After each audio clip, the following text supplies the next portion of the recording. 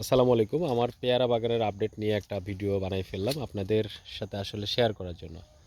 তো আলহামদুলিল্লাহ আজকে ভিডিও এখন আমি ভিডিও ধারণ করছি এপ্রিল মাসের আজকে ১০ তারিখ। এপ্রিল মাসের ১০ তারিখ একদম বিকেল ৫টা ৫৪ বাজে, মানে ৬টা বাজে অলমোস্ট। তো দেখতে পাচ্ছেন যে আমার পেয়ারা বাগানে আলহামদুলিল্লাহ এখন পর্যন্ত প্রচুর পরিমাণে ফলন আছে। এটা হলো থাই গোল্ডেন 8 পেয়ারা আপনাদেরকে বলেছি। আর এটা হলো সেক্স ফেরোমন ফাঁদ। এটা আমি ব্যবহার করি মোটামুটি ৮-১০টা গাছ পরপর বা ৫-৭টা গাছ পরপর একটা করে আমি আর কি এই ফাঁদটা দিয়ে রাখি। এটার কার্যকারিতা সম্পর্কে আমি অনেকবার বলেছি। এই ভেতরে আসলে উপরেটা ময়লা হয়ে গেছে, কিন্তু ভেতরে দেখেন এখনও পোকা যাচ্ছে। এটা কিন্তু অলমোস্ট ৬ মাস আগের যে ভেতরে যে মানে যে টেপ বলে যেটা, বা যেটা আকৃষ্ট হয়ে মূলত পোকাগুলো এটার মধ্যে ঢোকে, ফল ছিদ্রকারী পোকা বা ক্ষতিকর পোকাগুলো, এখানে ফল ছিদ্রকারী পোকাই বিশেষ করে। তো ওইটা দেখেন ৬ মাস হয়ে গেছে এখন পর্যন্ত ওর মধ্যে কিন্তু মানে ওটার কার্যকারিতা চলছে। সো আপনারা কিন্তু ওটা ফল বাগান এবং বিভিন্ন সবজির জন্য ওটা সব থেকে পারফেক্ট, আপনারা ব্যবহার করতে পারেন। তো আমি মূলত দেখাচ্ছি, দেখেন পেয়ারা বাগানের বর্তমান অবস্থা। মানে আমি মাঝে মাঝে ভিডিও দিই যতটুকু, যখনই সুযোগ পাই। আসলে কাজ করতে গেলে ভিডিও এইভাবে করা হয় না। তো দেখেন যে পেয়ারার মানে এমন একটা জাত, এই জাতটা আসলে সারা বছর একই রকম পেয়ারা গাছে পেয়ারা থাকে। দেখছেন এই যে এই দুইটা পেয়ারা একদম সর্বোচ্চ পেকে গেছে, এবং দেখেন তার পাশ দিয়ে কতগুলা পেয়ারা, বিভিন্ন স্টেপের পেয়ারা দেখতে পাচ্ছেন। এগুলো হলো এই পেয়ারাগুলো হারভেস্ট হওয়ার পরে আমরা পলি করবো, বা ওইগুলো পলি করার উপযোগী হয়ে গেছে। আমরা এখন এগুলো পলি করব এবং সেকেন্ড মানে পরের স্টেপে ওইগুলো গাছে থাকবে। তো গাছের ফলন মানে কি অবস্থা কীভাবে বলবো, দেখেন এই যে এরকম করে গাছ ভেঙে গেছে। মানে এরকম অনেক গাছই ভাঙছে। আসলে একটা ডালে অনেক পেয়ারা থাকলে এরকম অনেক সময় হয়, এবং ঠেকনা দিয়েও ঠেকানো যায় না। তো আলহামদুলিল্লাহ আপনারা যদি কেউ মানে বাণিজ্যিক পেয়ারার বাগান করতে চান বা ফলের বাগান করতে চান, আমি বলবো কুল এবং পেয়ারা এই দুটো অবশ্যই আপনার রাখতে হবে। তাহলে একটা সেইনেস সিস্টেমে আপনার টাকা আসতে থাকবে, মানে একটা ফল একটার পর একটা আসতে থাকবে। এই দেখেন এই যে এইগুলা হলো এখন পলি করার উপযোগী হয়েছে। আর তারপরের স্টেপ হলো এই যে এটা এরকম অসংখ্য, দেখেন এই যে দেখেন গাছের গোড়া দিয়ে মানে গা দিয়ে কিছু ডাল বের হয়েছে, সেই ডালগুলাতে এই যে এরকম ফুল আসছে। এবং পরিপক্ক পেয়ারাগুলো তো দেখতেই পাচ্ছেন। ওই গাছের উপরের দিকে যদি দেখায় তাহলে আরও বেশি আছে। তো প্রত্যেকটা গাছেই আলহামদুলিল্লাহ এরকম খুব সুন্দর পেয়ারা আছে।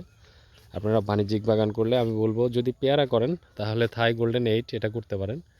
এটা খুবই ভালো একটা জাত। আমার এই বাগানের বয়স হলো 5 বছর, 5 বছর রানিং। এই দেখেন আমার সম্পূর্ণ বাগান যদি এক নজরে দেখতে চান তাহলে এইটা দেখতে পাবেন। এই সাইড তো ওই সাইড মানে এখানে মূলত আমি প্রথম বছর লাগাইছিলাম 400 গাছ। পরবর্তীতে আমি গাছের মাঝখান থেকে, যখন গাছটা বড় হয়ে যায় তখন গাছের মাঝখান থেকে একটা একটা করে গাছ কেটে দিয়ে পরবর্তীতে আমি ওইভাবে রাখি। এবং এখন গাছ কিন্তু অনেক বড় হয়ে গেছে। হ্যাঁ, গাছ সাধারণত এত বড় হয় না আসলে। মাঝখানে আমার একটা প্রুনিং মিস্টেক হয়েছিল বর্ষাকালীন হার্ড প্রুনিংয়ে, যে এখন যে প্রুনিংগুলো এখন করবে অনেকেই দেখতে পাবেন, আমরাও করব। তবে এই বাগানটা খুব বেশি প্রুনিং আমি করব না, এটা পুরাতন বাগান। আর এই যে এই সাইডটা দেখেন একটু ফাঁকা জায়গা দেখা যাচ্ছে, কুল এবং পেয়ারার মিশ্র এখানে। তো এটা আমি পুনিং করবো ইনশাল্লাহ। পুনিং করবো এবং খাদ্য দিয়ে দিব কয়েকদিনের মধ্যে ইনশাল্লাহ পুনিং করব। অনেকেই পুনিং শুরু করে দিয়েছে, আমিও করব। তো বেশ কিছু টেকনিক রয়েছে পেয়ারা এবং কুল চাষের ক্ষেত্রে। তো আপনারা অবশ্যই নিজেদের এই বিষয়গুলো একটু রপ্ত করে নেবেন, কারণ আমি চাই না যে আমার কথা শুনে আপনি কৃষিতে ঝাঁপায়ে পড়েন বা অনেক বেশি ইনভেস্ট করে ফেলেন। এটা আসলে উচিত হবে না, কারোর কথা শুনে এটা করবেন না। আপনারা নিজেরা অল্প অল্প করে, আমি সর্বপ্রথম ফলের চাষ শুরু করি যে এখানে দেখেন 1টা 2টা 3টা 4-5টা গাছ দেখা যাচ্ছে। এই 4-5টা গাছ দিয়ে আমার ফলের যাত্রা শুরু। এখন এরকম কয়েক হাজার গাছ আমার বাগানে আছে, যেটা দিয়ে আমি আলহামদুলিল্লাহ ভালো সার্ভাইভ করছি এবং ভালো একটা আউটপুট আসছে, বছরব্যাপী আমি ফল পাচ্ছি। তো এইভাবে আপনারা ছোট করে বাগান করেন প্রথমে, এরপরে আস্তে আস্তে ধীরে ধীরে বড় করবেন। তবে তাহলে কি হবে, আপনার শেখাও হয়ে যাবে, আপনার ভুল হওয়ার সম্ভাবনা থাকবে না। দেখেন যে কি পরিমাণে ফুল আসছে। এটা হলো যে নতুন বাগান। এই গাছের বয়স 2 বছর, কিন্তু এই গাছের সঠিকভাবে আমি পরিচর্যা করতে পারি নাই। কেন? এখানে যে কুলের গাছ ছিল, কুলের গাছের জন্য আর কি, মানে মিশ্র বাগান এটা যাকে বলে আর কি। তো এটার যে সিজনাল ফল আসছে হিউজ পরিমাণে, দেখেন কী পরিমাণে ফল।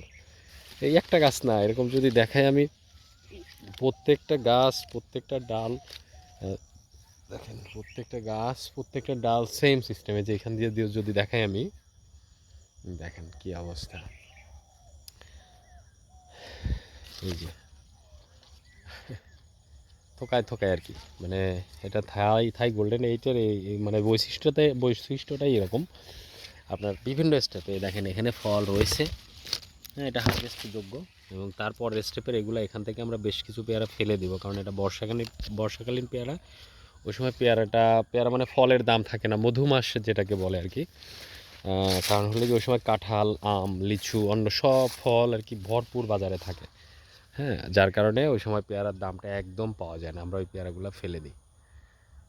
তো পেয়ারা চাষ এবং কুল চাষ সম্পর্কে কোনো তথ্য জানার থাকলে আমাদেরকে ইনবক্স করতে পারেন।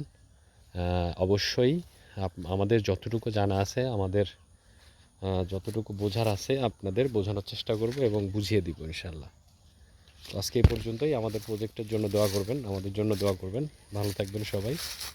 আসসালামু আলাইকুম।